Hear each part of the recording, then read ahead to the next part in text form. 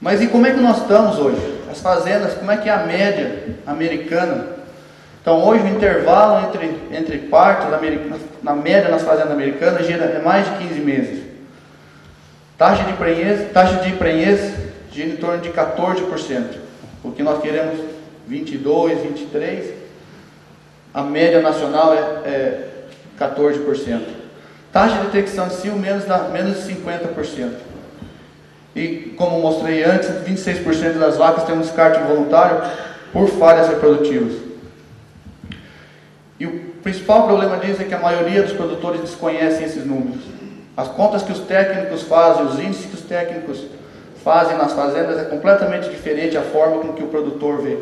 Nós falamos de taxa de concepção, taxa de prenhez. O produtor quer saber quantas vacas estão prenhas, quantas vacas vão parir. E eles querem fazer conta de quanto leite vai se produzir lá na frente. Então é difícil quando a gente começa a apresentar esses dados e muitos produtores às vezes não conseguem enxergar essas contas da forma com que a gente faz. Por exemplo, aqui comparando duas fazendas, uma fazenda extremamente bem manejada da direita e uma outra fazenda de, vamos dizer, um manejo adequado, aceitável. A gente vê nessa coluna circulada em vermelho a taxa de detecção de cio, onde a gente quer que seja mais de 60%, mais de 60, 70%. Nós vemos que nessa fazenda da esquerda, nós temos 64% de taxa de detecção de cio. No entanto, a taxa de prenhez gira em torno de 16%. Já na fazenda da direita, é uma fazenda mais agressiva no manejo reprodutivo, onde o dono da fazenda acompanha os inseminadores todos os dias. Ele tem 2 inseminadores e ele que prepara a pipeta de inseminação, os inseminadores vão atrás e ele avalia. Então, um cara que trabalha com genética, um cara que trabalha na fazenda, então a gente consegue ver que a taxa de detecção de cio nessa fazenda, eles estão detectando 80% das vacas em cio. E quando a gente vê a taxa de concepção, que a gente quer 22% ou mais, nós conseguimos ver que um manejo agressivo a gente consegue aumentar essa taxa de prenhez, como exemplo aqui, tendo 31%. Então, quando nós comparamos esses dados, nós vamos ver que na fazenda A, fazenda da esquerda, nós temos uma taxa de concepção de 25% para fazer aquele número, de acordo com aquela fórmula que eu mostrei anteriormente. O que leva, a gente gasta 4 serviços, 4 inseminações para emprenhar uma a cada vaca. Já na fazenda da direita, esse número é reduzido. Agora, o quão importante é a gente aumentar a taxa de prenhez do rebanho? Esse dado é mais um daqueles dados econômicos de modelagem, onde as pessoas querem prever, só que baseados em dados científicos. Tem um trabalho do professor Overton, da Universidade da Geórgia, que trabalhou com a gente na Califórnia antes, e o que ele mostra a produção de leite do rebanho, de acordo quando a gente aumenta a taxa de prenhez do rebanho. E o que a gente vê que se a gente elevar de 14% para 21% essa taxa de prenhez nos rebanhos, aumentar de 6%, esse aumento no retorno por animal gira em torno de $200. O que nós estamos falando? Um manejo de 14% é um manejo básico médio americano. Uma taxa de prenhez de 20% ainda é abaixo do nosso objetivo. Qualquer fazenda que tem um programa um pouco agressivo, não precisa ser dos mais agressivos, nós vamos ter uma taxa de prenhez na fazenda mais de 20%. Então, com isso,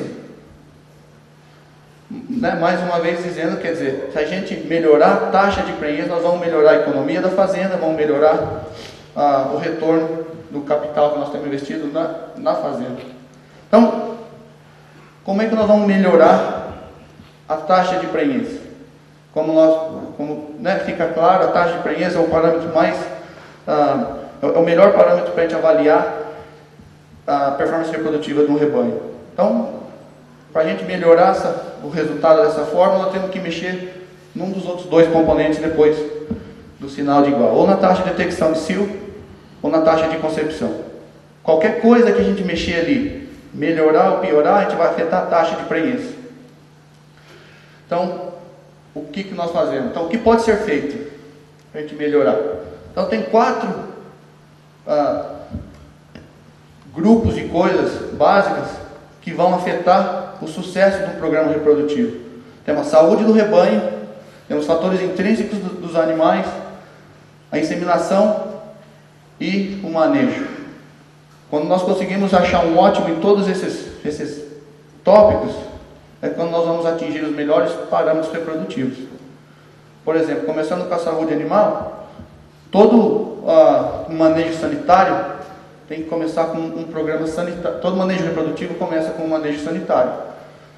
Hoje, todos os animais dessas grandes fazendas têm um programa de vacinação, onde desde a recria essas bezerras são imunizadas para doenças virais, bacterianas, por exemplo, IBR, DVD, lepto, brucelose, salmonela, todo tipo de prevenção vacinal que a gente pode dar aos animais inicia na recria.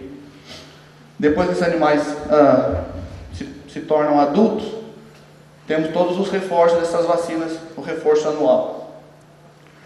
Com isso, nós diminuímos a perda de absorção embrionária, diminuímos a perda de abortos, a perda de fetal, né, os abortos, e diminui a incidência de animais com bezerros nascidos com defeitos congênitos.